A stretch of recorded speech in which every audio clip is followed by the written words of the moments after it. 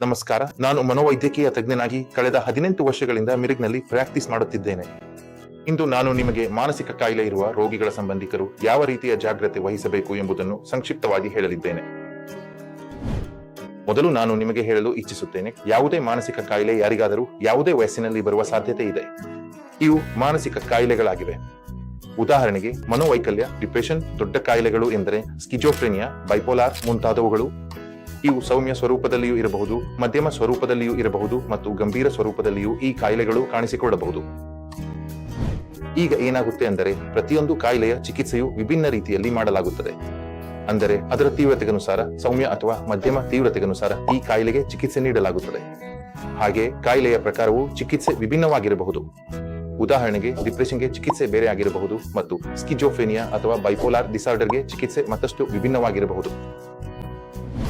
ಒಟ್ಟಾರೆ ನೋಡಿದರೆ ಫಾರ್ಮಥೆರಪಿ ಎಂದರೆ ಔಷಧೋಪಚಾರ, ಎಲೆಕ್ಟ್ರೋಕನ್ವಲ್ಸಿವ್ ಥೆರಪಿ ಎಂದರೆ ವಿದ್ಯುತ್ ಚಿಕಿತ್ಸೆ. ಇದನ್ನು ನಾವು ಇಸಿಟಿ ಆಕ್ಟ್ ಎಂದು ಕರೆಯುತ್ತೇವೆ. ಇವುಗಳ ಜೊತೆಗೆ ಕೌನ್ಸಿಲಿಂಗ್ ವಿಧಾನಗಳ ಮೂಲಕವೂ ನಾವು ರೋಗಿಗೆ ಚಿಕಿತ್ಸೆ ನೀಡುತ್ತೇವೆ. ಈಗ ಆಗೋದು ಏನೆಂದರೆ, ಕೆಲವೊಮ್ಮೆ ರೋಗಿಗೆ ಒಪಿಡಿ ಆಧಾರಿತ ಚಿಕಿತ್ಸೆ ನೀಡಲಾಗುತ್ತದೆ. ಒಪಿಡಿ ಅಂದರೆ ರೋಗಿ ಬಂದು ಹೋಗಿ ಚಿಕಿತ್ಸೆ ಪಡೆಯುತ್ತಾರೆ. ಕೆಲವೊಮ್ಮೆ ರೋಗಿಯನ್ನು ದಾಖಲು ಮಾಡಿದ ನಂತರ ನಾವು ಚಿಕಿತ್ಸೆ ನೀಡುತ್ತೇವೆ. ದಾಖಲು ಮಾಡಿದ ನಂತರ ಔಷಧೋಪಚಾರ ಮತ್ತು ಸಾಧ್ಯವಾದರೆ ಇಸಿಟಿ ಅಂದರೆ ಎಲೆಕ್ಟ್ರೋಕನ್ವಲ್ಸಿವ್ ಥೆರಪಿ ಅಂದರೆ ವಿದ್ಯುತ್ ಚಿಕಿತ್ಸೆ ವಿಧಾನವನ್ನು ಕೂಡ ನಾವು ಬಳಸುತ್ತೇವೆ. ರೋಗಿಗೆ ಚಿಕಿತ್ಸೆ ಮಾಡಿದ ನಂತರ ನಾನು ಡಿಸ್ಚಾರ್ಜ್ ನೀಡಿದಾಗ ಅಥವಾ ಒಪಿಡಿ ಆಧಾರದ ಮೇಲೆ ನಾವು ಪ್ರಿಸ್ಕ್ರಿಪ್ಷನ್ ನೀಡಿದಾಗ ರೋಗಿ ಮನೆಗೆ ಹೋದ ನಂತರ ನಿಯಮಿತವಾಗಿ ಆ ಔಷಧಿಗಳನ್ನು ತೆಗೆದುಕೊಳ್ಳುತ್ತಾರೆ. ಅಂದರೆ ಒಪಿಡಿ ಆಧಾರದ ರೋಗಿಗಳು ಕೂಡ ಸರಿಯಾಗಿ ಔಷಧಿಗಳನ್ನು ತೆಗೆದುಕೊಳ್ಳುತ್ತಾರೆ ಮತ್ತು ದಾಖಲು ಮಾಡಿ ಡಿಸ್ಚಾರ್ಜ್ ಆದ ನಂತರವೂ ತೆಗೆದುಕೊಳ್ಳುತ್ತಾರೆ. ಇಲ್ಲಿ ಅತ್ಯಂತ ಮುಖ್ಯವಾದ ಪಾತ್ರವನ್ನು ಕುಟುಂಬದವರು ಹೇಗೆ ನಿರ್ವಹಿಸುತ್ತಾರೆ ಎಂಬುದು. ಕುಟುಂಬದವರು ಮೊದಲು ಅರ್ಥ ಮಾಡಿಕೊಳ್ಳಬೇಕಾದದ್ದು ಎಂದರೆ, ಮಾನಸಿಕ ಕಾಯಿಲೆ ಯಾವ ವಯಸ್ಸಿನವರಿಗೂ ಯಾರಿಗಾದರೂ ಆಗಬಹುದು. ಹೆಚ್ಚಾಗಿ ಈ ಕಾಯಿಲೆಗೆ ಸಂಪೂರ್ಣ ಗುಣಮುಖತೆ ಸಾಧ್ಯವಿಲ್ಲ, ನಿಯಂತ್ರಣ ಮಾತ್ರ ಸಾಧ್ಯ. ಅಂದರೆ ಈ ಕಾಯಿಲೆಗಳನ್ನು ಸಂಪೂರ್ಣವಾಗಿ ನಿರ್ಮೂಲ ಮಾಡಲಾಗದು, ಆದರೆ ಅವನ್ನು ನಿಯಂತ್ರಿಸಬಹುದು. ಇದನ್ನು ಕುಟುಂಬದವರು ಮೊದಲಿಗೆ ಗಮನದಲ್ಲಿಟ್ಟುಕೊಳ್ಳುವುದು ಬಹಳ ಮುಖ್ಯ. ನಮ್ಮ ರೋಗಿಗೆ ಚಿಕಿತ್ಸೆ ಆರಂಭಿಸಿದಾಗ ಕುಟುಂಬದವರು ವೈದ್ಯರಿಂದ ಖಚಿತಪಡಿಸಿಕೊಳ್ಳಬೇಕು ಎಂಬುದು ಮುಖ್ಯ. ನಮ್ಮ ರೋಗಿಗೆ ನಿಖರವಾಗಿ ಎಷ್ಟು ದಿನ ಚಿಕಿತ್ಸೆ ಮುಂದುವರಿಸಬೇಕು ಎಂದು. ಕೆಲವೊಮ್ಮೆ ರೋಗಿಗಳಿಗೆ 4 ರಿಂದ 6 ತಿಂಗಳು ಬೇಕಾಗಬಹುದು. ಕೆಲವರಿಗೆ 1 ವರ್ಷವರೆಗೆ ಚಿಕಿತ್ಸೆ ನೀಡಬೇಕಾಗಬಹುದು. ಕೆಲವು ರೋಗಿಗಳಿಗೆ 2 ವರ್ಷಗಳು, ಕೆಲವರಿಗೆ 5 ವರ್ಷಗಳು, ಇನ್ನು ಕೆಲವರಿಗೆ ಜೀವನ ಪೂರ್ತಿ ಚಿಕಿತ್ಸೆ ನೀಡಬೇಕಾಗಬಹುದು. ಆದ್ದರಿಂದ ಕುಟುಂಬದವರು ಮೊದಲು ನಮ್ಮ ರೋಗಿಗೆ ಯಾವ ರೋಗವಿದೆ ಎಂಬುದನ್ನು ಅರ್ಥ ಮಾಡಿಕೊಳ್ಳಬೇಕು. ಸಾಧ್ಯವಾದರೆ ನಾವು ರೋಗಿಯ ಕುಟುಂಬದವರಿಗೆ ಆ ರೋಗದ ಲಿಂಕ್ ಕೂಡ ಕಳುಹಿಸುತ್ತೇವೆ. ಯೂಟ್ಯೂಬ್ ಲಿಂಕ್ ಆಗಿರಬಹುದು. ಆದ್ದರಿಂದ ಕುಟುಂಬದವರು ಆ ಲಿಂಕ್ ಅನ್ನು ಚೆನ್ನಾಗಿ ನೋಡುವುದು ಅಗತ್ಯ. ಆ ಲಿಂಕ್ ನೋಡಲು ಸಮಯ ಕೊಡಿ. ಅಂದರೆ ನಿಮಗೆ ಪ್ರತಿ ರೋಗದ ಬಗ್ಗೆ, ಆ ರೋಗ ಎಂದರೆ ನಿಜವಾಗಿಯೂ ಏನು, ಆ ರೋಗದ ಕಾರಣಗಳು ಯಾವುವು, ಲಕ್ಷಣಗಳು ಯಾವುವು, ಯಾವ ರೀತಿಯಲ್ಲಿ ಚಿಕಿತ್ಸೆ ನೀಡಬಹುದು, ಕುಟುಂಬದವರು ಯಾವ ರೀತಿಯಲ್ಲಿ ಜಾಗ್ರತೆ ವಹಿಸಬೇಕು, ಎಷ್ಟು ದಿನ ಚಿಕಿತ್ಸೆ ತೆಗೆದುಕೊಳ್ಳಬೇಕು ಎಂಬ ಎಲ್ಲ ಮಾಹಿತಿಯೂ ಅದರಲ್ಲಿ ಇದೆ. ಯೂಟ್ಯೂಬ್ ಲಿಂಕ್ನಲ್ಲಿ ಅಥವಾ ಆ ರೋಗದ ಬಗ್ಗೆ ನಾವು ಮಾಹಿತಿ ನೀಡಿದ್ದೇವೆ. ಪ್ರತಿಯೊಬ್ಬ ಕುಟುಂಬದವರು ಇದನ್ನು ನೋಡಲೇಬೇಕು. ಇದನ್ನು ಮೊದಲು ಕುಟುಂಬದವರು ಗಮನಿಸಬೇಕು. ನಮ್ಮ ಸಲಹೆ ಎಂದರೆ ಸಾಧ್ಯವಾದಷ್ಟು ಕುಟುಂಬದವರೇ ಔಷಧಿ ಕೊಡಬೇಕು. ಅಂದರೆ ಎಕ್ಸೈಟಿ ಅಥವಾ ಡಿಪ್ರೆಷನ್ ಇರುವ ರೋಗಿಗಳು, ಅವರಿಗೆ ತಮ್ಮ ರೋಗದ ಬಗ್ಗೆ ಅರಿವು ಇದ್ದರೆ ಅವರು ಸ್ವತಃ ಔಷಧಿ ತೆಗೆದುಕೊಳ್ಳಬಹುದು. ಆದರೆ ಸಾಧ್ಯವಾದಷ್ಟು ನಮ್ಮ ಅಭಿಪ್ರಾಯವೆಂದರೆ, ರೋಗಿಗೆ ಅರಿವು ಇರಲಿ ಅಥವಾ ಇರದಿರಲಿ, ಕುಟುಂಬದವರು ಮುಂದಾಗಿಯೇ ಸ್ವತಃ ಔಷಧಿ ಕೊಡಬೇಕು. ಔಷಧಿಯನ್ನು ತೆಗೆದು ರೋಗಿಯ ಎದುರು ನಿಂತು ಕೊಡಬೇಕು. ಅವನು ತೆಗೆದುಕೊಳ್ಳುವಂತೆ ನೋಡಿಕೊಳ್ಳಬೇಕು. ಇದರ ಕಾರಣವೆಂದರೆ, ಈ ಮಾನಸಿಕ ರೋಗಕ್ಕೆ ಸಂಪೂರ್ಣ ಗುಣಮುಖತೆ ಇಲ್ಲ, ಆದರೆ ನಿಯಂತ್ರಣ ಸಾಧ್ಯ. ಆದ್ದರಿಂದ ವೈದ್ಯರು ಔಷಧಿ ಮುಂದುವರಿಸಿ ಎಂದು ಹೇಳಿದಾಗ ಆ ಅವಧಿಗೆ ಅದು ಮುಂದುವರಿಸುವುದು ಅಗತ್ಯ. ಇದರ ಕಾರಣವೆಂದರೆ, ಈ ರೋಗವು ಔಷಧಿ ನಿಲ್ಲಿಸಿದ ನಂತರ, ಅಂದರೆ ರೋಗಿಯು ಮಾತ್ರೆಗಳು ತೆಗೆದುಕೊಳ್ಳುವುದನ್ನು ನಿಲ್ಲಿಸಿದರೂ ಸಹ ರೋಗ ಮತ್ತೆ ಬರುವ ಸಾಧ್ಯತೆ ಇದೆ. ವೈದ್ಯರು ಸೂಚಿಸಿದ ವೇಳಾಪಟ್ಟಿಗೆ ಬದ್ಧವಾಗದೆ ಬೇರೆ ರೀತಿಯಲ್ಲಿ ಅಥವಾ ಕಡಿಮೆ ಪ್ರಮಾಣದಲ್ಲಿ ಮಾತ್ರೆಗಳನ್ನು ತೆಗೆದುಕೊಂಡರೂ ಸಹ ರೋಗ ಮತ್ತೆ ಬರುವ ಸಾಧ್ಯತೆ ಇದೆ. ಮತ್ತು ಅತ್ಯಂತ ಮುಖ್ಯವಾದದ್ದು ಎಂದರೆ, ರೋಗಿಯು ಮಾತ್ರೆಗಳನ್ನು ಸರಿಯಾಗಿ ತೆಗೆದುಕೊಳ್ಳುತ್ತಿದ್ದರೂ, ವೈದ್ಯರು ಕೂಡ ಸಮಯಕ್ಕೆ ತಕ್ಕಂತೆ ಅವನನ್ನು ಪರೀಕ್ಷಿಸುತ್ತಿದ್ದರೂ ಸಹ ಈ ರೋಗವು ಉಂಟಾಗಬಹುದು. ಆದ್ದರಿಂದ ಈ ರೋಗವು ಮಾತ್ರೆಗಳನ್ನು ನಿಲ್ಲಿಸಿದಾಗ ಉಂಟಾಗಬಹುದು, ಕಡಿಮೆ ಪ್ರಮಾಣದಲ್ಲಿ ಮಾತ್ರೆಗಳನ್ನು ತೆಗೆದುಕೊಂಡರೂ ಉಂಟಾಗಬಹುದು ಮತ್ತು ನಿಯಮಿತವಾಗಿ ಮಾತ್ರೆಗಳನ್ನು ತೆಗೆದುಕೊಂಡರೂ ಸಹ ರೋಗವು ಉಂಟಾಗಬಹುದು. ಆದ್ದರಿಂದ ಕುಟುಂಬದವರು ಗಮನದಲ್ಲಿಟ್ಟುಕೊಳ್ಳಬೇಕಾದದ್ದು ಎಂದರೆ, ಮಾತ್ರೆಗಳನ್ನು ಸರಿಯಾಗಿ ನೀಡಿದರೆ ರೋಗ ಬಿಗಡಿಕೊಳ್ಳುವ ಸಾಧ್ಯತೆ ಕಡಿಮೆ ಇರುತ್ತದೆ. ಮಾತ್ರೆಗಳನ್ನು ಸಂಪೂರ್ಣವಾಗಿ ನಿಲ್ಲಿಸಿದ ನಂತರ ಇರುವ ಸಾಧ್ಯತೆಗಿಂತ ಇದು ಕಡಿಮೆ. ಅತ್ಯಂತ ಮುಖ್ಯವಾದದ್ದು ಎಂದರೆ, ಯಾವುದೇ ರೋಗಿಗೆ 30 ದಿನಗಳ ಔಷಧಿ ನೀಡಲಾಗಿದ್ದರೆ ಆ ಅವಧಿಗೆ 5 ರಿಂದ 10 ದಿನಗಳ ಮೊದಲು ಕುಟುಂಬದವರು ಬೇಗನೆ ಡಾಕ್ಟರ್ ಅಪಾಯಿಂಟ್ಮೆಂಟ್ ತೆಗೆದುಕೊಂಡು ಔಷಧಿ ಪಡೆದುಕೊಳ್ಳಬೇಕು. ಇದರಿಂದ ಔಷಧಿ ಕಡಿಮೆ ಆಗುವುದಿಲ್ಲ. ಮಾನಸಿಕ ರೋಗಗಳಿಗಾಗಿ ಇರುವ ಔಷಧಿಗಳು ಅಥವಾ ಸೈಕಿಯಾಟ್ರಿಕ್ ಔಷಧಿಗಳು ಸಾಮಾನ್ಯವಾಗಿ ಜಿಲ್ಲೆ ಮಟ್ಟದಲ್ಲಿ ಅಥವಾ ತಾಲೂಕು ಮಟ್ಟದಲ್ಲಿ ಲಭ್ಯವಿರುತ್ತವೆ. ಆದ್ದರಿಂದ ಸಣ್ಣ ಸಣ್ಣ ಹಳ್ಳಿಗಳಲ್ಲಿ ಈ ಔಷಧಿಗಳು ಎಲ್ಲವೂ ಲಭ್ಯವಿರುವುದಿಲ್ಲ. ಇದರಿಂದ ಆ ಕುಟುಂಬದವರು ಅಥವಾ ರೋಗಿಗಳು ಔಷಧಿ ಪಡೆಯಲು ಆಸ್ಪತ್ರೆಗೆ ಅಥವಾ ಸೈಕಿಯಾಟ್ರಿಸ್ಟ್ ಬಳಿ ಹೋಗುವುದು ಬಹಳ ಮುಖ್ಯವಾಗಿರುತ್ತದೆ. ಆದ್ದರಿಂದ 5 ರಿಂದ 10 ದಿನಗಳ ಮೊದಲು ಎಲ್ಲರೂ ತಯಾರಿ ಮಾಡಿಕೊಂಡು ಸಮಯಕ್ಕೆ ಸರಿಯಾಗಿ ಅಪಾಯಿಂಟ್ಮೆಂಟ್ ಪಡೆದು ಈ ವೈದ್ಯರನ್ನು ಭೇಟಿಯಾಗಿ ಔಷಧಿ ಪಡೆಯುವುದು ಮುಖ್ಯವಾಗಿದೆ. ಇನ್ನೊಂದು ಮುಖ್ಯವಾದ ವಿಷಯ ಎಂದರೆ ಕೆಲವೊಮ್ಮೆ ರೋಗಿಗಳು ಮತ್ತು ಅವರ ಸಂಬಂಧಿಕರು ಬೇರೆ ಊರಿಗೆ ಹೋಗುತ್ತಾರೆ. ಕೆಲವೊಮ್ಮೆ ಕೆಲಸದ ನಿಮಿತ್ತ ವಿದೇಶಕ್ಕೂ ಹೋಗುತ್ತಾರೆ. ಹೀಗಾಗಿ ಹೋಗುವ ಮೊದಲು ಅವರು ಸಂಪೂರ್ಣ ಲೆಕ್ಕಾಚಾರ ಮಾಡಿಕೊಳ್ಳಬೇಕು. ನಮ್ಮ ಬಳಿ ಎಷ್ಟು ಔಷಧಿ ಇದೆ, ನಾವು ಎಷ್ಟು ದಿನ ಪ್ರಯಾಣದಲ್ಲಿರುತ್ತೇವೆ, ಆ ದಿನಗಳಿಗೆ ಔಷಧಿ ಸಾಕಾಗುತ್ತದೆಯೇ, ಬಹುಶಃ ಕೆಲವು ಅವಧಿಗೆ. ಯಾವುದೇ ಕಾರಣದಿಂದ ನಾವು ಹೆಚ್ಚು ದಿನ ಅಲ್ಲೇ ಉಳಿಯಬೇಕಾಗಬಹುದು. 10 ರಿಂದ 15 ದಿನಗಳು ಹೆಚ್ಚಾಗಿ ಉಳಿಯಬೇಕಾದರೆ ನಮ್ಮ ಬಳಿ 10 ರಿಂದ 15 ದಿನಗಳ ಹೆಚ್ಚುವರಿ ಔಷಧಿಯೂ ಇರಬೇಕು. ಇದರ ಯೋಜನೆಯನ್ನು ಸಂಬಂಧಿಕರು ಮಾಡಬೇಕು. ಸಂಬಂಧಿಕರು ಬಹಳಷ್ಟು ಬಾರಿ ನೋಡಿಕೊಳ್ಳುತ್ತಾರೆ, ಆದರೆ ಔಷಧಿ ಮುಗಿಯಿತು ಎಂದು ಹೇಳುತ್ತಾರೆ. ಆಗ ನಾನು ಅವರಿಗೆ ಹೇಳುತ್ತೇನೆ, ಮನೆಯಲ್ಲಿ ಬಾಕರಿ ಅಥವಾ ಚಪಾತಿಯ ಹಿಟ್ಟು ಮುಗಿಯುವುದಿಲ್ಲ, ಚಹಾ ಪುಡಿ ಅಥವಾ ಸಕ್ಕರೆ ಮುಗಿಯುವುದಿಲ್ಲ. ನೀವು ಹೇಗೆ ಆ ವಸ್ತುಗಳ ಬಗ್ಗೆ ಕಾಳಜಿ ವಹಿಸುತ್ತೀರೋ ಹಾಗೆ ನೀವು ಔಷಧಿಗಳ ಬಗ್ಗೆ ಕೂಡ ಕಾಳಜಿ ವಹಿಸಬೇಕು. ಔಷಧಿಗಳು ಎಂದಿಗೂ ಮುಗಿಯಬಾರದು. ಆ ರೀತಿಯಲ್ಲಿ ಅವರು ತಮ್ಮ ಶೆಡ್ಯೂಲ್ ಅನ್ನು ರೂಪಿಸಬೇಕು. ಇನ್ನೊಂದು ಅತ್ಯಂತ ಮುಖ್ಯವಾದ ವಿಷಯ ಎಂದರೆ ಇವು ಸೈಕಿಯಾಟ್ರಿಕ್ ಔಷಧಿಗಳು ಎಂದರೆ ಮಾನಸಿಕ ಆರೋಗ್ಯ ತಜ್ಞರು ಈ ಔಷಧಿಗಳನ್ನು ನೀಡುತ್ತಾರೆ. ಈ ಔಷಧಿಗಳನ್ನು ಸಾಧ್ಯವಾದಷ್ಟು ವೈದ್ಯರ ಸಲಹೆಯೊಂದಿಗೆ ಮುಂದುವರೆಸಬೇಕು. ಇದರ ಮುಖ್ಯ ಕಾರಣವೆಂದರೆ ಅನೇಕ ಸಂಬಂಧಿಕರು ಮತ್ತು ರೋಗಿಗಳು ನೇರವಾಗಿ ಮೆಡಿಕಲ್ ಶಾಪ್ಗೆ ಹೋಗುತ್ತಾರೆ ಮತ್ತು ನಮಗೆ ಆ ಔಷಧಿ ಬೇಕು ಎಂದು ಹೇಳುತ್ತಾರೆ.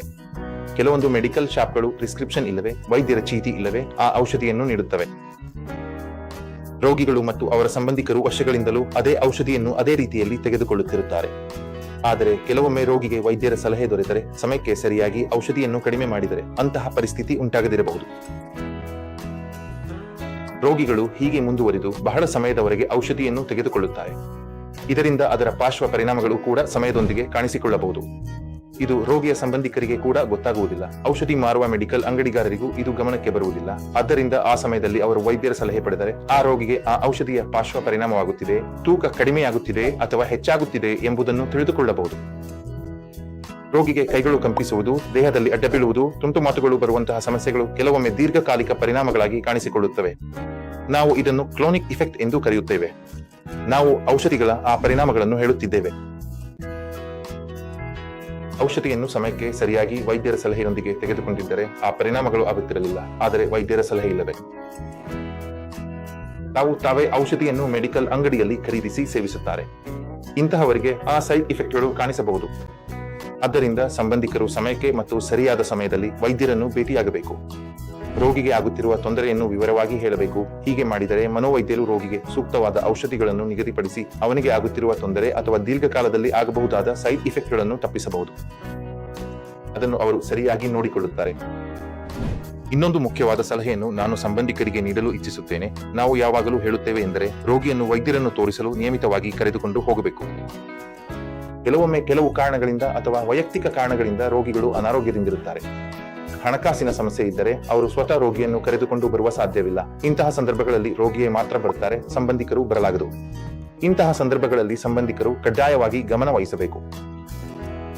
ನಮ್ಮ ಸಲಹೆ ಸಂಬಂಧಿಕರಿಗೆ ಇರುತ್ತದೆ ಎಂದರೆ ಯಾವುದೇ ಕಾರಣದಿಂದ ರೋಗಿ ಬರಲಾಗದಿದ್ದರೆ ಮತ್ತು ಆ ರೋಗಿಯ ಔಷಧಿಗಳು ಕಡಿಮೆಯಾಗುತ್ತಾ ಇದ್ದರೆ ಅಥವಾ ಮುಗಿಯುತ್ತಾ ಇದ್ದರೆ ಸಂಬಂಧಿಕರು ಸ್ವತಃ ಡಾಕ್ಟರ್ ಅನ್ನು ಭೇಟಿಯಾಗಬೇಕು.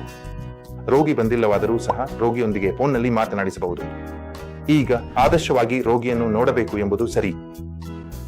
ಆದರೆ ಕೆಲವೊಮ್ಮೆ ಕೆಲವು ಕಾರಣಗಳಿಂದ ರೋಗಿ ಬರಲು ಸಾಧ್ಯವಾಗದಿದ್ದರೆ ಸಂಬಂಧಿಕರು ಸ್ವತಃ ಬಂದು ನಮ್ಮೊಂದಿಗೆ ನೇರವಾಗಿ ಚರ್ಚೆ ಮಾಡಿ ರೋಗಿಯ ಪ್ರಿಸ್ಕ್ರಿಪ್ಷನ್ ಮತ್ತು ಔಷಧಿಗಳನ್ನು ಮುಂದುವರಿಸಬಹುದು. ಹೊಸ ರೋಗಿಗಳಿಗೆ ಹೀಗೆ ಮಾಡುವುದು ಸಾಧ್ಯವಿಲ್ಲ. ಆದರೆ ಈಗಾಗಲೇ ಹಳೆಯ ರೋಗಿ ಫಾಲೋ ಅಪ್ ಆಗಿದ್ದರೆ, ನಿರ್ವಹಣೆಯಾಗುತ್ತಿದ್ದರೆ ಹೌದು. ಔಷಧಿ ನಿಲ್ಲಿಸಿದ ನಂತರ ಹೆಚ್ಚು ತೊಂದರೆ ಆಗುವ ಸಾಧ್ಯತೆ ಇದ್ದರೆ ಇದನ್ನು ತಪ್ಪಿಸಲು ಸಂಬಂಧಿಕರು ಸ್ವತಃ ಬಂದು ತಮ್ಮ ಸಮಸ್ಯೆಗಳನ್ನು ಹೇಳಿದರೆ ವೈದ್ಯರು ಸ್ವತಃ ಪ್ರಿಸ್ಕ್ರಿಪ್ಷನ್ ನೀಡಿ ರೋಗಿಗೆ ಅಗತ್ಯವಿರುವ ಔಷಧಿಗಳನ್ನು ಕೊಡಬಹುದು. ಸಂಬಂಧಿಕರು ಅವುಗಳನ್ನು ತೆಗೆದುಕೊಂಡು ಹೋಗಬಹುದು. ಇತ್ತೀಚೆಗೆ ಟೆಲಿಸೈಕಿಯಾಟ್ರಿಕ್ ವಿಧಾನದಿಂದ ಆನ್ಲೈನ್ ಮೂಲಕವೂ ಸಲಹೆ ಪಡೆಯಬಹುದು. ಕೆಲವೊಮ್ಮೆ ರೋಗಿಗಳು ಟೇಬಲ್ನಲ್ಲಿರುತ್ತಾರೆ. ರೋಗಿಗೆ ವಿಡಿಯೋ ಕಾನ್ಫರೆನ್ಸ್ ಕಾಲ್ ಅಥವಾ ವಿಡಿಯೋ ಕಾಲ್ ಅಥವಾ ಇತರ ಮಾಧ್ಯಮಗಳ ಮೂಲಕ ನಾವು ರೋಗಿಗೆ ಔಷಧಿಯನ್ನು ನೀಡಬಹುದು. ಪೋಸ್ಟ್ ಮೂಲಕವೂ ನಾವು ಔಷಧಿಯನ್ನು ಕಳುಹಿಸಬಹುದು. ಅಂದರೆ ಇದು ಒಂದು ಸೌಲಭ್ಯವಾಗಿದೆ. ಪ್ರತಿ ಬಾರಿ ಹೀಗೆ ಮಾಡುವುದು ಸಾಧ್ಯವಿಲ್ಲ. ಆದರೆ ತುರ್ತು ಪರಿಸ್ಥಿತಿಯಲ್ಲಿ ಮತ್ತು ರೋಗಿಯ ಸ್ಥಿತಿ ಹದಗೆಡುವ ಸಾಧ್ಯತೆ ಇದ್ದರೆ ಅಥವಾ ಹೆಚ್ಚು ಗಂಭೀರವಾಗಿದೆ ಎಂದು ಅನಿಸಿದರೆ ಸಂಬಂಧಿಕರು ಈ ಮಾಧ್ಯಮಗಳನ್ನು ಬಳಸಬಹುದು ಅಥವಾ ಸ್ವತಃ ಬಂದು ವೈದ್ಯರನ್ನು ಸಂಪರ್ಕಿಸಿ ಔಷಧಿಗಳನ್ನು ಪಡೆದು ಹೋಗಬಹುದು. ಒಂದು ಮುಖ್ಯವಾದ ವಿಷಯ ಎಂದರೆ ಕೆಲವೊಮ್ಮೆ ರೋಗಿಗಳು ಬರುವುದಿಲ್ಲ ಎಂದು ಹೇಳುತ್ತಾರೆ. ನಾನು ಈಗ ಚಿಕಿತ್ಸೆ ಪಡೆಯುವುದಿಲ್ಲ, ನನಗೆ ಔಷಧಿಗಳ ಅಗತ್ಯವಿಲ್ಲ, ನಾನು ಔಷಧಿಗಳನ್ನು ಕಡಿಮೆ ತೆಗೆದುಕೊಳ್ಳುತ್ತೇನೆ, ನಾನು ಕೇವಲ ರಾತ್ರಿ ಮಾತ್ರ ತೆಗೆದುಕೊಳ್ಳುತ್ತೇನೆ, ಬೆಳಿಗ್ಗೆ ಅರ್ಧ ಮಾತ್ರ ತೆಗೆದುಕೊಳ್ಳುತ್ತೇನೆ ಎಂದು ರೋಗಿಗಳು ದೂರು ಹೇಳಲು ಪ್ರಾರಂಭಿಸುತ್ತಾರೆ. ಆಗ ಕುಟುಂಬದವರು ಗಮನದಲ್ಲಿಡಬೇಕಾದದ್ದು ಎಂದರೆ ವೈದ್ಯರು ಹೇಳಿದ ರೀತಿಯಲ್ಲಿ ರೋಗಿಯು ಔಷಧಿಗಳನ್ನು ತೆಗೆದುಕೊಳ್ಳಬೇಕು ಮತ್ತು ರೋಗಿ ಅದನ್ನು ಕೇಳುತ್ತಿಲ್ಲ ಎಂದರೆ ಬಹುಶಃ ರೋಗಿಯ ಸ್ಥಿತಿ ಹದಗೆಡುವ ಸಾಧ್ಯತೆ ಇದೆ ಎಂಬುದನ್ನು ಗಮನದಲ್ಲಿಡಬೇಕು. ಇವು ಎಚ್ಚರಿಕೆ ಸೂಚನೆಗಳಾಗಿರಬಹುದೇ? ಅಂದರೆ ರೋಗಿಗೆ ಹಿಂದಿನ ಕಾಯಿಲೆ ಇದ್ದಿದ್ದರೆ ಆ ಕಾಯಿಲೆ ಮತ್ತೆ ಬರುತ್ತಿದೆ ಎಂಬ ಸೂಚನೆ ರೋಗಿ ನೀಡುತ್ತಾನೆಯೇ? ಅಂದರೆ ರೋಗಿಯ ಮನಸ್ಸಿನಲ್ಲಿ ಔಷಧವನ್ನು ಕಡಿಮೆ ಮಾಡೋಣ, ನಿಲ್ಲಿಸೋಣ ಎಂಬ ಆಲೋಚನೆಗಳು ಶುರುವಾಗಿವೆ ಮತ್ತು ಇದರ ಅರ್ಥ ಕೆಲವೇ ದಿನಗಳಲ್ಲಿ ಅಥವಾ ಕೆಲವು ದಿನಗಳ ನಂತರ ರೋಗಿ ಸಂಪೂರ್ಣವಾಗಿ ಔಷಧವನ್ನು ನಿಲ್ಲಿಸುವ ಸಾಧ್ಯತೆ ಇದೆ. ಆದ್ದರಿಂದ ರೋಗಿ ಹೀಗೆ ಹೇಳುತ್ತಿದ್ದರೆ, ಅಮ್ಮ ಅಥವಾ ಅಪ್ಪ ಔಷಧವನ್ನು ಇಟ್ಟುಕೊಡಿ, ನಾನು ತಾನೇ ತಿನ್ನುತ್ತೇನೆ, ಸ್ನಾನವಾದ ಮೇಲೆ ತಿನ್ನುತ್ತೇನೆ, ನಾನು ನಂತರ ತಿನ್ನುತ್ತೇನೆ, ಒಂದೇ ಮಾತ್ರೆ ತಿನ್ನುತ್ತೇನೆ, ಅರ್ಧ ಮಾತ್ರೆ ತಿನ್ನುತ್ತೇನೆ, ಒಂದು ದಿನ ಬಿಡುತ್ತೇನೆ, ನಾನು ಔಷಧ ತೆಗೆದುಕೊಳ್ಳಲು ಬರುವುದಿಲ್ಲ, ನನಗೆ ಔಷಧ ತೆಗೆದುಕೊಳ್ಳಲು ಇಚ್ಛೆ ಇಲ್ಲ, ಹೀಗೆ ಹೇಳುತ್ತಿದ್ದರೆ ಬಹುಶಃ ರೋಗಿಯ ಸ್ಥಿತಿ ಕೆಡಬಹುದು. ಈ ವಿಷಯವನ್ನು ಸಂಬಂಧಿಕರು ಗುರುತಿಸಬೇಕು ಮತ್ತು ಸಂಬಂಧಿಕರು ರೋಗಿ ಹೀಗೆ ವರ್ತಿಸುತ್ತಿದ್ದರೆ ತಕ್ಷಣವೇ ಆ ರೋಗಿಯನ್ನು ಬಲವಂತವಾಗಿ ಏನಾದರೂ ಮಾಡಿ ವೈದ್ಯರ ಬಳಿಗೆ ಕರೆದುಕೊಂಡು ಹೋಗಬೇಕು. ರೋಗಿ ಬರಲು ಒಪ್ಪಿಕೊಳ್ಳುತ್ತಿಲ್ಲ ಎಂದರೆ ಸಂಬಂಧಿಕರು ತಾವೇ ವೈದ್ಯರನ್ನು ನೇರವಾಗಿ ಭೇಟಿ ಮಾಡಿ ರೋಗಿಯ ವರ್ತನೆ ಹೇಗಿದೆ ಮತ್ತು ಯಾವ ಆಯ್ಕೆಗಳು ಲಭ್ಯವಿವೆ ಎಂಬುದನ್ನು ತಿಳಿಸಬೇಕು. ನಾವು ಏನು ಮಾಡಬಹುದು, ವೈದ್ಯರು ಏನು ಮಾಡಬೇಕು ಎಂಬುದನ್ನು ವೈದ್ಯರಿಂದ ಸಲಹೆ ಪಡೆಯಬೇಕು. ಸ್ಟೆಪ್ ಫುಡ್ನ ಹೆಜ್ಜೆಯನ್ನು ಸಂಬಂಧಿಕರು ತೆಗೆದುಕೊಳ್ಳಬಹುದು. ಆದ್ದರಿಂದ ರೋಗಿಯು ಸರಿಯಾಗಿ ಔಷಧೋಪಚಾರವನ್ನು ಮುಂದುವರೆಸಿದ್ದರೆ ಸಂಬಂಧಿಕರಿಗೆ ಅದರ ಲಾಭ ಖಂಡಿತವಾಗಿಯೂ ಇದೆ. ನಾನು ಮತ್ತೊಮ್ಮೆ ಹೇಳುತ್ತೇನೆ, ಮಾನಸಿಕ ಕಾಯಿಲೆಗಳು ಬಹುಪಾಲು ಗಂಭೀರ ಕಾಯಿಲೆಗಳಾಗಿವೆ. ಅವುಗಳಿಗೆ ಸಂಪೂರ್ಣ ಗುಣಮುಖತೆ ಇಲ್ಲ, ಅಂದರೆ ಜೋಖ್ಮಿ ಅಥವಾ ಹೆಂಡತಿಯ ಕಾರಣದಿಂದ ಆಗಿರಬಹುದು. ಈ ಕಾಯಿಲೆಗೆ ಪೂರ್ಣ ಗುಣಮುಖ ಎಂಬ ಪದವನ್ನು ಬಳಸಲು ಸಾಧ್ಯವಿಲ್ಲ. ಈ ಕಾಯಿಲೆಯನ್ನು ನಾವು ನಿಯಂತ್ರಿಸಬಹುದು, ಅಂದರೆ ಉಂಟಾಗುವ ಲಕ್ಷಣಗಳನ್ನು ನಾವು ಕಡಿಮೆ ಮಾಡಬಹುದು, ಸಂಪೂರ್ಣವಾಗಿ ತಡೆಯಬಹುದು. ಆದರೆ ಈ ಕಾಯಿಲೆ ಮತ್ತೆ ಬರುವ ಸಾಧ್ಯತೆ ಇದೆ.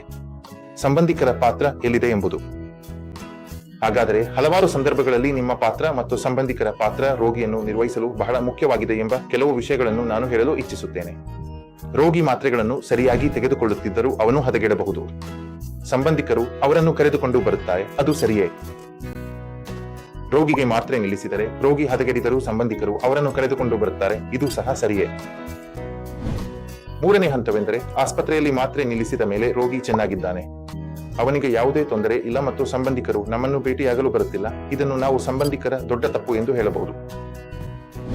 ಇದರ ಕಾರಣವೆಂದರೆ ರೋಗಿಗೆ ಮಾತ್ರೆ ನಿಲ್ಲಿಸಲಾಗಿದೆ. ರೋಗಿ ಚೆನ್ನಾಗಿದ್ದಾನೆ ಎಂದು ಸಂಬಂಧಿಕರು ಕೂಡ ರೋಗಿಗೆ ಔಷಧಿಗಳ ಅಗತ್ಯವಿಲ್ಲ ಎಂದು ಭಾವಿಸುತ್ತಾರೆ. ಅಂದರೆ ರೋಗಿ ಔಷಧ ತೆಗೆದುಕೊಳ್ಳುತ್ತಿಲ್ಲ ಎಂದರೆ ಅವನು ಸಂಪೂರ್ಣವಾಗಿ ಗುಣಮುಖನಾಗಿದ್ದಾನೆ ಮತ್ತು ಯಾವುದೇ ತೊಂದರೆ ಇಲ್ಲ ಎಂದು ಅರ್ಥ. ಆದರೆ ಗಮನದಲ್ಲಿಡಿ, ಈ ರೋಗ ಮತ್ತೆ ಬರುವ ಸಾಧ್ಯತೆ ಇದೆ. ರಿಲ್ಯಾಪ್ಸ್ ಮತ್ತು ರಿಕರೆನ್ಸ್ ಆಗುವ ಸಾಧ್ಯತೆಗಳಿವೆ. ಆದ್ದರಿಂದ ಈ ರೋಗಿಗೆ ಇಂದು ಅಲ್ಲದಿದ್ದರೂ ನಾಳೆ, ಅಂದರೆ ಕೆಲವು ದಿನಗಳಲ್ಲಿ, ತಿಂಗಳಲ್ಲಿ ಅಥವಾ ವರ್ಷಗಳಲ್ಲಿ ಈ ರೋಗ ಮತ್ತೆ ಬರುವ ಸಾಧ್ಯತೆ ಇರುತ್ತದೆ. ಸಂಬಂಧಿಕರ ಪ್ರಮುಖ ಹಂತವೆಂದರೆ ರೋಗಿಗೆ ಮಾತ್ರೆ ನಿಲ್ಲಿಸಲಾಗಿದೆ ಮತ್ತು ರೋಗಿ ಚೆನ್ನಾಗಿದ್ದಾನೆ. ಆದರೂ ಸಂಬಂಧಿಕರು ಡಾಕ್ಟರ್ಗಳನ್ನು ನೇರವಾಗಿ ಭೇಟಿ ಮಾಡಿ ಮುಂದೇನು ಮಾಡಬಹುದು ಎಂಬ ಬಗ್ಗೆ ಚರ್ಚೆ ಮಾಡಬೇಕು. ಇನ್ನೊಂದು ಮುಖ್ಯವಾದ ವಿಷಯ ಎಂದರೆ ಸಂಬಂಧಿಕರಿಗೆ ಇನ್ನೊಂದು ವಿಷಯ ಎಂದರೆ ರೋಗಿಗೆ ತುಂಬಾ ಕೆಮ್ಮು ಬಂದಿದೆ, ಜ್ವರ ಬಂದಿದೆ ಅಥವಾ ಇನ್ನೇನು, ಟೈಫಾಯ್ಡ್ ಅಥವಾ ಮಲೇರಿಯಾ ಆಗಿದ್ದರೆ ಇಂತಹ ಮಾನಸಿಕ ರೋಗಗಳ ಔಷಧಿಗಳನ್ನು ನಾವು ನಿಲ್ಲಿಸಬೇಕಾ? ಹಾಗಾದರೆ ಗಮನದಲ್ಲಿಡಿ, ಸಾಮಾನ್ಯವಾಗಿ ಮಾನಸಿಕ ರೋಗಗಳ ಲಕ್ಷಣಗಳಿಗೆ ಮಾನಸಿಕ ಆಧಾರದ ಔಷಧಿಗಳಿವೆ. ಅವನ್ನು ನಾವು ಸಾಮಾನ್ಯವಾಗಿ ಮುಂದುವರೆಸಲೇಬೇಕು. ನಮ್ಮ ಮಾತು ಏನೆಂದರೆ ರೋಗಿಗೆ ಕೆಲವು ದೊಡ್ಡ ರೋಗಗಳು ಆಗಿವೆ, ಮೆದುಳಿನ ರೋಗಗಳು ಆಗಿವೆ, ಅವನು ಅಚೇತನವಾಗಿದ್ದಾನೆ, ಸುಸ್ತಾಗಿದ್ದಾನೆ. ಅಂದರೆ ಇಂತಹ ಸಮಯದಲ್ಲಿ ಸಾಧ್ಯವಾದಷ್ಟು ನಮ್ಮ ಔಷಧಿಗಳನ್ನು ತಪ್ಪಿಸಬೇಕು. ಉದಾಹರಣೆಗೆ ಫಿಟ್ಗಳ ಮೂರ್ಛೆ ಔಷಧಿಗಳು ಇದ್ದರೆ ಅವುಗಳನ್ನು ಮುಂದುವರೆಸಲೇಬೇಕು. ಶಾರೀರಿಕ ರೋಗಗಳಿದ್ದರೂ ಸಹ ಮಾನಸಿಕ ರೋಗಗಳ ಔಷಧಿಗಳನ್ನು ಕೂಡ ಮುಂದುವರೆಸಬೇಕು. ಅತ್ಯಂತ ಮುಖ್ಯವಾದದ್ದು ಎಂದರೆ ಮಾನಸಿಕ ರೋಗ ಇರುವ ರೋಗಿಗಳಲ್ಲಿ ಔಷಧೋಪಚಾರ ನಡೆಯುತ್ತಲೇ ಇರುತ್ತದೆ. ಆದರೆ ಅವರು ಬೇರೆ ವೈದ್ಯರ ಸಹಾಯವನ್ನು ಪಡೆಯುವಾಗ ಅಥವಾ ಬೇರೆ ತಜ್ಞರನ್ನು ಭೇಟಿಯಾಗುವಾಗ ಆಗ ದೊಡ್ಡ ಪ್ರಶ್ನೆ ಏನೆಂದರೆ ಮಾನಸಿಕ ರೋಗದ ಔಷಧಿಗಳನ್ನು ಮುಂದುವರೆಸಬೇಕಾ ಅಥವಾ ಇಲ್ಲವೇ ಎಂಬುದು. ಹಾಗಾದರೆ ನಮ್ಮ ಒಂದು ಪ್ರಾಮಾಣಿಕ ಸಲಹೆ ಇದೆ. ಯಾವಾಗಲಾದರೂ ನೀವು ಬೇರೆ ತಜ್ಞರನ್ನು ಭೇಟಿಯಾಗುವಾಗ ಆ ತಜ್ಞರನ್ನು ನೀವು ಕೇಳಿದಾಗ ಔಷಧಿ ಮುಂದುವರೆಸಬೇಕಾ ಅಥವಾ ಇಲ್ಲವೇ ಎಂದು ಕೇಳಿದರೆ ನಮ್ಮ ಅಭಿಪ್ರಾಯವೇನೆಂದರೆ ಅವರ ಅಭಿಪ್ರಾಯವನ್ನು ಕೇಳಿ. ಆದರೆ ಅತ್ಯಂತ ಪರಿಣಿತ ಅಭಿಪ್ರಾಯಕ್ಕಾಗಿ ನಮ್ಮ ದೃಷ್ಟಿಯಲ್ಲಿ ನೀವು ಸೈಕಿಯಾಟ್ರಿಸ್ಟ್ ವಿಶ್ವ ಅವರನ್ನು ಭೇಟಿಯಾಗಬಹುದು, ಅವರಿಗೆ ಕೇಳಬಹುದು. ಅಥವಾ ಯಾವ ಡಾಕ್ಟರ್ಗಳ ಬಳಿ ಚಿಕಿತ್ಸೆ ನಡೆಯುತ್ತಿದೆ ಅವರ ಬಳಿ ಸಂಬಂಧಿಕರು ಹೋಗಬಹುದು ಅಥವಾ ರೋಗಿಯನ್ನು ಕೂಡ ಕರೆದುಕೊಂಡು ಹೋಗಬಹುದು ಮತ್ತು ಈ ಔಷಧಿಯನ್ನು ಮುಂದುವರೆಸಬೇಕಾ ಅಥವಾ ನಿಲ್ಲಿಸಬೇಕಾ ಎಂದು ನಮಗೆ ಹೇಳಿ ಎಂದು ನೀವು ವಿನಂತಿಸಬಹುದು. ಕೆಲವೊಮ್ಮೆ ಸಂಬಂಧಿಕರು ಹೀಗೆ ಹೇಳುತ್ತಾರೆ, ನೀವು ಗ್ಯಾರಂಟಿ ಕೊಡುತ್ತೀರಾ? ರೋಗಿ ನಮ್ಮ ಚಿಕಿತ್ಸೆ ನಿಮ್ಮ ಬಳಿ ತೆಗೆದುಕೊಳ್ಳುತ್ತಾನೆ, ನೀವು ಗ್ಯಾರಂಟಿ ಕೊಡುತ್ತೀರಾ? ನಾನು ಮತ್ತೊಮ್ಮೆ ಹೇಳುತ್ತೇನೆ, ಈ ರೋಗಕ್ಕೆ ಸಂಪೂರ್ಣ ಗುಣಮುಖವಲ್ಲ. ನಾವು ಇದನ್ನು ನಿಯಂತ್ರಿಸಬಹುದು ಮತ್ತು ಡಾಕ್ಟರ್ ಆಗಿ ನಾವು ಯಾವುದೇ ರೋಗಕ್ಕೆ ಗ್ಯಾರಂಟಿ ಎಂಬ ಪದವನ್ನು ಬಳಸಿ ಚಿಕಿತ್ಸೆ ನೀಡಲು ಸಾಧ್ಯವಿಲ್ಲ. ಸಾಮಾನ್ಯವಾಗಿ ಕೆಲವು ಶೇಕಡಾವಾರು ಸಾಧ್ಯತೆಗಳಿವೆ.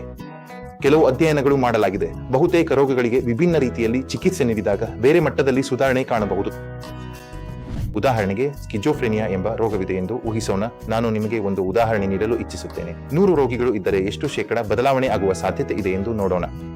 100 ರೋಗಿಗಳಲ್ಲಿ ನಮ್ಮಲ್ಲಿ ಮೊದಲ 30 ರಿಂದ 35 ಶೇಕಡ, ಎರಡನೇ 30 ರಿಂದ 35 ಶೇಕಡ, ಮೂರನೇ 30 ರಿಂದ 35 ಶೇಕಡ ಎಂದು ವಿಭಜನೆ ಮಾಡಬಹುದು. ಮೊದಲ ಗುಂಪಿಗೆ 80, 90, 100 ಶೇಕಡ ಬದಲಾವಣೆ ಆಗಬಹುದು. ಅಂದರೆ ಲಕ್ಷಣಗಳನ್ನು ನಿಯಂತ್ರಣದಲ್ಲಿರಿಸಬಹುದು.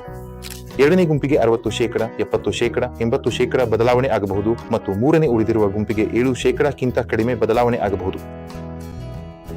ಪ್ರತಿ ರೋಗಿಗೆ ಗುಣಮುಖವಾಗುವ ಸಾಧ್ಯತೆ ವಿಭಿನ್ನವಾಗಿರಬಹುದು.